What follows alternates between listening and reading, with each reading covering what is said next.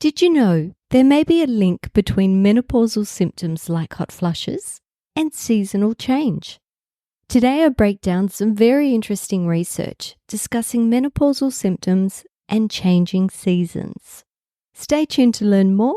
You're listening to Menopause Natural Solutions, episode 194, Hot Flushes and Seasonal Change.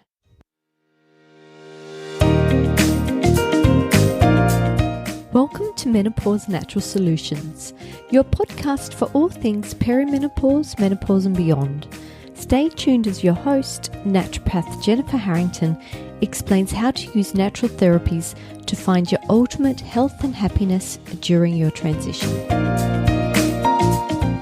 Hello, and thank you for your company today. I wasn't planning on discussing this topic with you, but it's been a while since I've discussed hot flushes, and I was scrolling through Pubmed when this study jumped out at me. And I found it so interesting that I knew that I had to share it with you.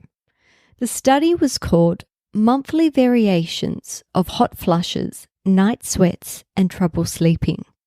Effect of Season and Proximity to the Final Menstrual Period in the Swan Menstrual Calendar Substudy. What a mouthful. This was published in the Menopause Journal in 2020. In this study, 955 women logged their menstrual cycle and symptoms for 10 years. The researchers then went back and looked for patterns. I want to point out that 3,302 women started this study, but the end analysis was only performed on the women who completed their menstrual cycle logs and had a natural menopause in that 10-year window. The great thing about this kind of study is that the women didn't know when their last menstrual cycle was going to be. They just kept logging their symptoms, and we have the gift of hindsight to go back and have a look at what was happening at that point in time. This study found that approximately 20% of women started experiencing hot flushes 5 to 8 years prior to their last menstrual cycle. And that increased to 48% 4 years out from the last menstrual cycle. This again increased to about 60% of women in the final 12 months leading up to their last menstrual cycle, with symptoms slowly declining after that point. Night sweats were less common than hot flushes, starting at around 30%, and peaking in their final year to around 40% of the women studied. Sleeping issues were more stable, with about 40% of women experiencing sleeplessness with no significant increase with proximity to their last menstrual cycle. This study found a peak in hot flushes in July and a low in January. The female participants were almost 70%. That's huge. More likely to experience these symptoms at this peak time than any other time of the year. I want to point out that this is a North American paper, July being their summer solstice and January being their winter one. This peak increase in symptoms is massive. What was interesting is the night sweats peaked in June, a month earlier, and that women are 50% more likely to experience night sweats at this time of the year.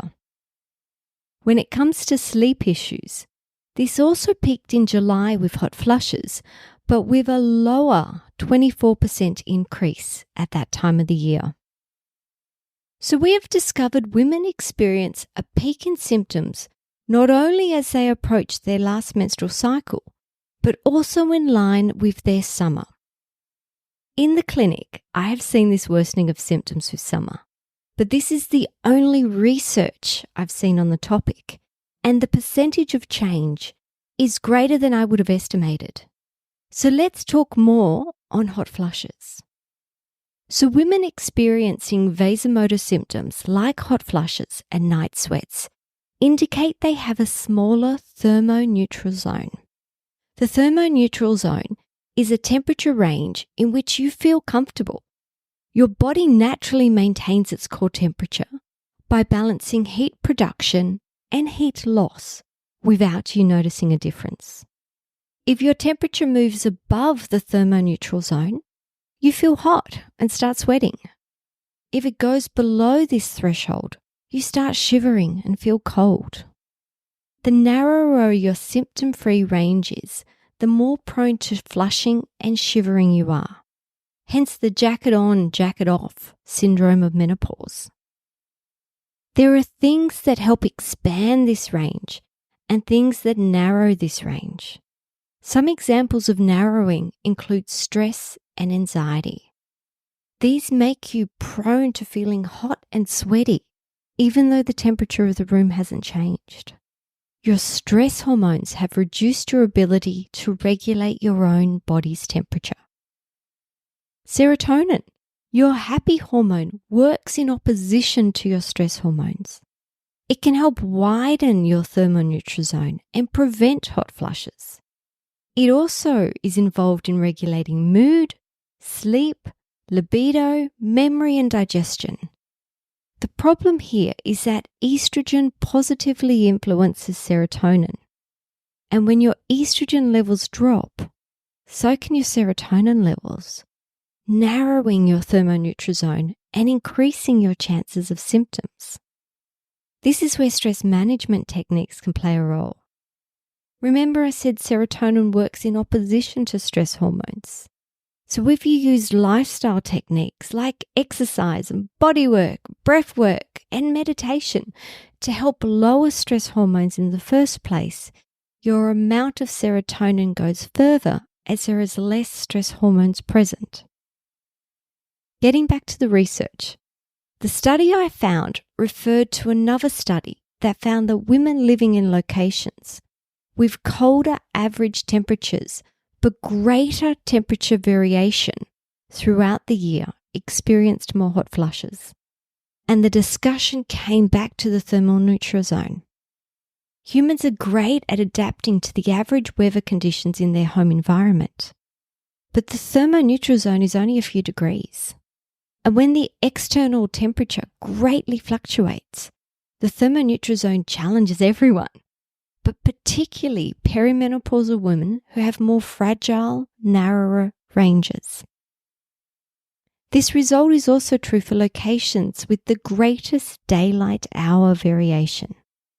They believe melatonin may play a role here. Melatonin is your sleep hormone. With longer, colder winter nights, you have a greater production of melatonin. Melatonin regulates your circadian rhythm and works in opposition to the stress hormone cortisol.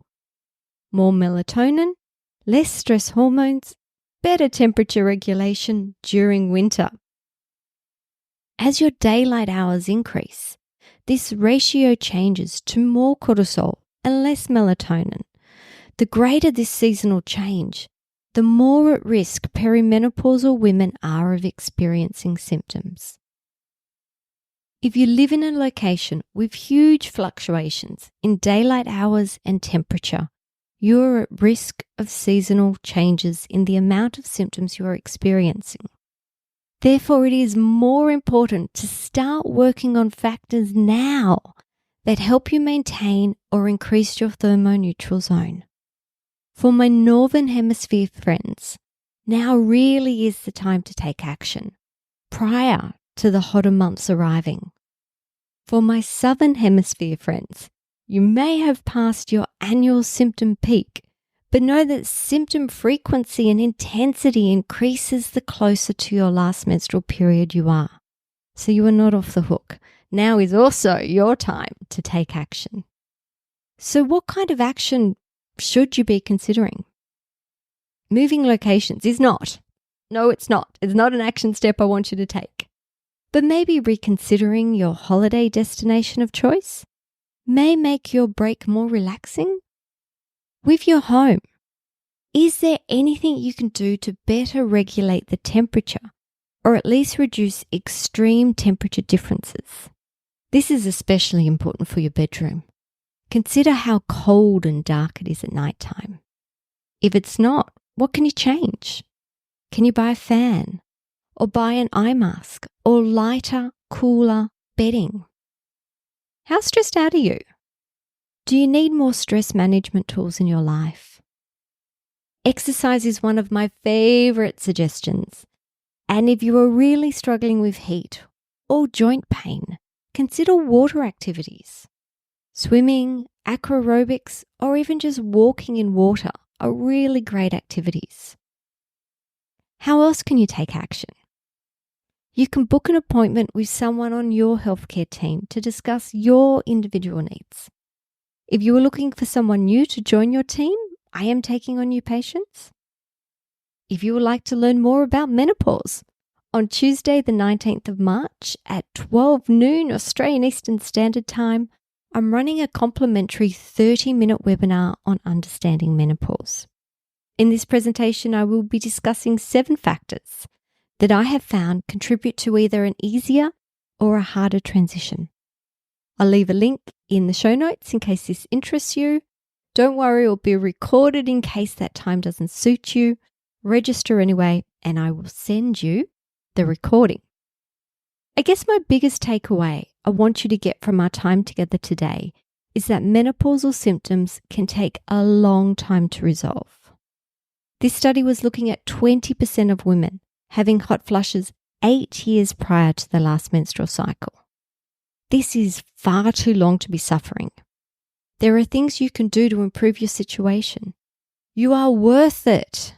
Please don't put your head in the sand and try to wait it out. There will be summer peaks and winter troughs along the way, but as a general rule, you are likely to get worse the closer to your last menstrual bleed before things start getting better. I don't mind what treatment options you try. My job here is done if I've encouraged you to reach out to someone today. Well, that's it for me today. Until next time, bye for now.